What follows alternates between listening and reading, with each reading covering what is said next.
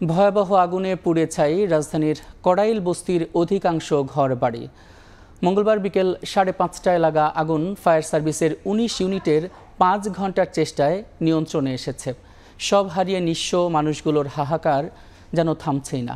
কী কারণে আগুনের সূত্রপাত এ বিষয়ে এখনও কিছুই জানা যায়নি। আগুনের ঘটনায় উদ্বেগ ও সমবেদনা জানিয়েছেন প্রধান উপদেষ্টা ডক্টর মোহাম্মদ ইউনূস।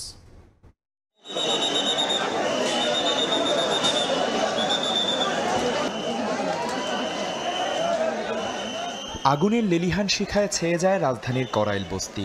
দিকবিদিক ছুটতে থাকেন বস্তিবাসী। মঙ্গলবার বিকেল 5:22 রাজধানীর কড়াইল বস্তিতে ভয়াবহ আগুনের সূত্রপাত হয়। চোখের সামনেই শেষ সম্বল পুড়ে ছাই। আপ্রাণ চেষ্টা করে মালামাল সরিয়ে নেওয়ার চেষ্টা করেন অনেকেই।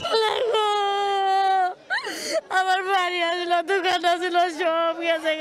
আগুন লাগা তায়া পড়ছি এদিকে, আর ওদিকে অন্য যাইতে দেয় নাই।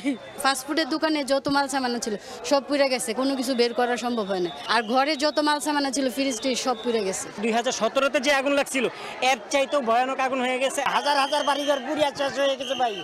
এদিকে নাই, মসজিদের এই পর্যন্ত শেষ, এদিকে কবলক সব শেষ। আগুন লাগার পর আমি ছুটে আইছি, কিন্তু আমার বাসায় আমি এখনো যাইতে পারি নাই। অনেকগুলো বাড়িতে বলছি ভাই আমরা যখন দুর্ঘটনা হয়ে গেছে, আগুন লাগছে, কিছু বাড়ি ভাঙার পর এগুলো সেভ করুক, কিন্তু কেউ ভাঙতে দেয় না। ফায়ার সার্ভিসের 7টি ইউনিট দ্রুত ঘটনাস্থলে পৌঁছে আগুন নিয়ন্ত্রণে আনার চেষ্টা করে। আগুনের তীব্রতা বাড়তে থাকায় ধাপে ধাপে যোগ দেয় আরও 9টি ইউনিট। সর্বশেষ 19টি ইউনিটের 5 ঘন্টার চেষ্টায় মঙ্গলবার রাত 10:30টায় নিয়ন্ত্রণে আসে আগুন। তবে ফায়ার সার্ভিস আসতে দেরি করার অভিযোগ তোলেন ভুক্তভোগীরা। একটা হেলিকপ্টার পাঠালে আমাদের সরকারের কি লস হয়ে যেত, একবার কোটি কোটি লস হয়ে যেত। এত হেলিকপ্টার দেখি করবো আমরা, মানুষ যদি না বাঁচি, আর আমরা বসতে পারি থেকে আমাদের কোনো দাম নাই। ফায়ার সার্ভিস আসছে, কিন্তু মানুষের কারণে আগুন নিভাইতে পারতেছে না, বা পানিরও সংকট আসতে একটু লেট হয়ে গেছে।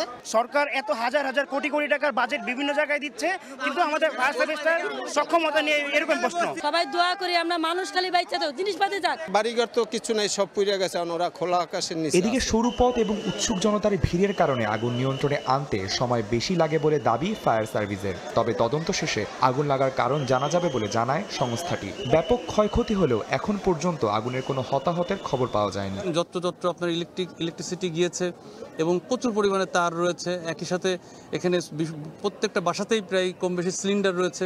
গ্যাস সিলিন্ডার থেকেও হতে পারে, শর্ট সার্কিট থেকেও হতে পারে।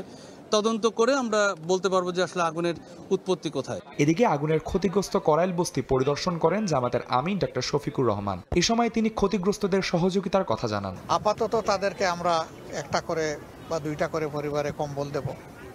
এটা বড় কিছু না, কিন্তু এইটুকু তাদের কিছু সান্ত্বনার কারণ হতে পারে। এরপরে আমরা আরও কিছু ভাবছি, সেটা আগামীকাল তাদের তালিকা তৈরি করে কোন পরিবারকে কতটুকু সাপোর্ট দেওয়া যায়। আমরা একটা সংগঠন হিসেবে আমরা সর্বোচ্চটাই চেষ্টা করবো ইনশাআল্লাহ। রাজধানীর গুলশান ও বনানী লাগোয়া প্রায় 90 একর জায়গার ওপর 10,000 ঘর রয়েছে কড়াইল বস্তিতে। চলতি বছরে 21 ফেব্রুয়ারি মধ্যরাতে ওই বস্তিতেই লাগা আগুনে পুড়ে যায় ডজনখানেক ঘরবাড়ি। গেল বছরের 24শে মার্চ ও 18 ডিসেম্বরেও আগুনে পুড়েছে কড়াইল বস্তি। আদনান তুর্য, সময় সংবাদ, ঢাকা।